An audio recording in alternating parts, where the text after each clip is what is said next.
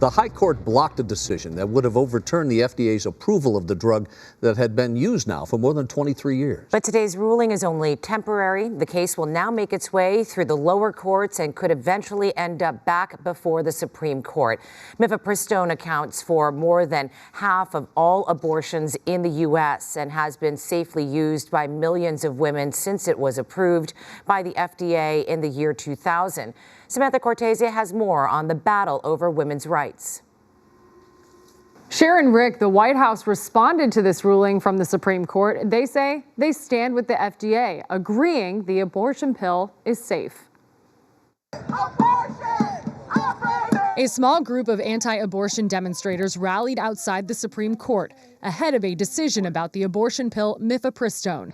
Right now in America, almost 60% of all abortions are chemical abortions. But Friday, the Supreme Court decided to preserve the FDA approval.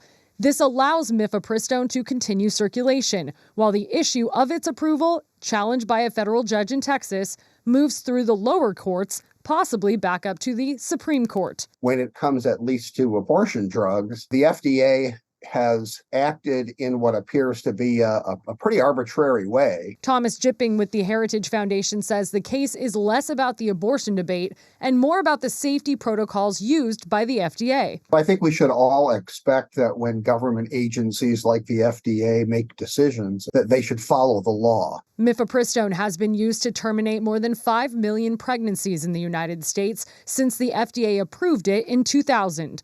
Last week, the White House reinforced its stance on the pill. This administration stands by the FDA and is prepared for this legal fight, and we will continue our work to protect reproductive rights to ensure that women can make their own decisions about their own bodies without government interfering. Democrats in Congress say they will keep pushing for nationwide access to abortion. And that means a much more active Congress in pushing back when the Supreme Court does absolutely stupid things that rob women and rob people generally of their rights. Here in California, Governor Newsom announced he will introduce legislation to protect pharmacists who dispense abortion pills, and he wants to secure a state supply of the abortion pill. Back to you.